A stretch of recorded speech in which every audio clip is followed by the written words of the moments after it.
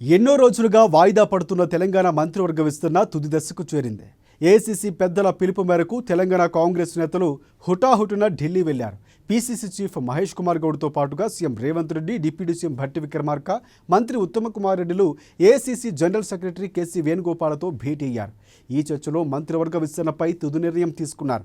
6 బెర్తుల కోసం ఎవరెవరు రేసులో ఉన్నారు, ఎవరు మంత్రులు కాబోతున్నారో తెలియాలంటే లెట్స్ వాచ్ ది స్టోరీ.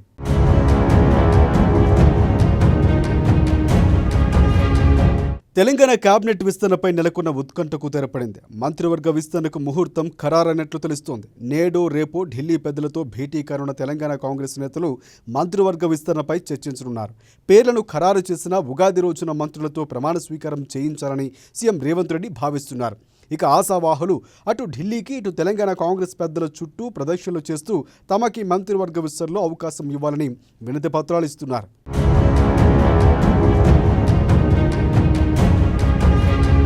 మంత్రివర్గ విస్తరణ కోసం ఇప్పటికే తీవ్ర కసరత్తు చేస్తుంది కాంగ్రెస్ పార్టీ అధిష్టానం.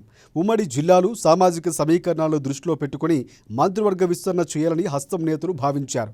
ఇప్పటి వరకు మంత్రులు లేని ఉమ్మడి జిల్లాలకు, మంత్రివర్గంలో లేని సామాజిక వర్గాలకు విస్తరణలో చోటు కల్పించాలని నిర్ణయం జరిగింది. ప్రభుత్వం ఏర్పాటై 15 నెలలు కావస్తూ ఉన్నా పూర్తిస్థాయి మంత్రివర్గం లేకపోవడంతో విమర్శలు వస్తున్నాయి. మరోవైపు ఒక్కో మంత్రి వద్ద 3-4 శాఖలు ఉండటంతో పనిభారం కూడా తీవ్రతరం అవుతుంది. మరోవైపు పలు కారణాల వల్ల ఇప్పటి వరకు వాయిదా పడిన కేబినెట్ విస్తరణపై వీలైనంత త్వరగా నిర్ణయం తీసుకోవాలని సీఎం రేవంత్ రెడ్డి భావిస్తున్నారు.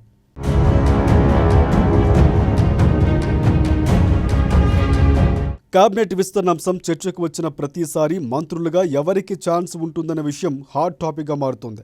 ఇప్పటి వరకు మంత్రుల ప్రాతినిధ్యం లేని ఉమ్మడి ఆదిలాబాద్, నిజామాబాద్, హైదరాబాద్, రంగారెడ్డి జిల్లాల నుంచి ఒక్కొక్కరికి కేబినెట్లో ఛాన్స్ ఇవ్వాలని భావిస్తున్నారు. మరోవైపు ఉమ్మడి నల్గొండ, పాలమూరు, మెదక్ నుంచి మంత్రివర్గంలోకి తీసుకోవాలని కూడా చర్చ జరుగుతోంది.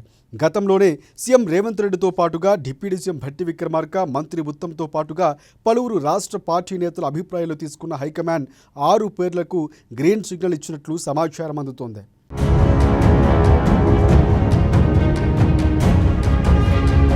ఇక ఉమ్మడి నల్గొండ జిల్లా నుంచి రాజగోపాల్ రెడ్డి, ఉమ్మడి పాలమూరు నుంచి వాకటి శ్రీహరి పేర్లు ప్రధానంగా, ఉమ్మడి ఆదిలాబాద్ నుంచి వివేక్ వెంకటస్వామి పేర్లు ఫైనల్ అయినట్లు సమాచారం అందుతోంది. అదే నేపథ్యంలో ఉమ్మడి రంగారెడ్డి జిల్లా నుంచి మల్రెడ్డి రంగారెడ్డి, పరిగి ఎమ్మెల్యే రామ్మోహన్ రెడ్డి పేర్లను పరిశీలిస్తున్నట్లు సమాచారం.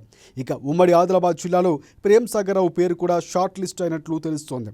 నిజామాబాద్ జిల్లాలో సుదర్శన్ రెడ్డి, మదన్ మోహన్ రావు, జుక్కల ఎమ్మెల్యే లక్ష్మీకాంతరావు సైతం రేసులో ఉన్నారు. ఇక ఉమ్మడి కరీంనగర్ నుంచి అవకాశం ఇస్తే ప్రభుత్వ విప్పు ఆది శ్రీనివాస్, అడ్లూరి లక్ష్మణ్ పేర్లు పరిశీలనలో ఉన్నాయి.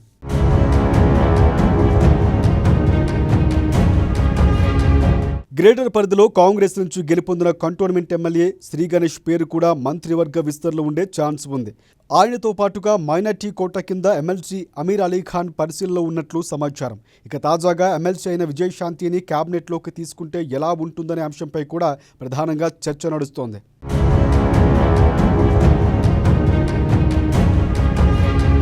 మొత్తంగా మంత్రివర్గ విస్తరణ ఫైనల్ స్టేజ్కి వచ్చిన ప్రతిసారి ఏదో ఒక కారణంతో వాయిదా పడుతూ వచ్చింది.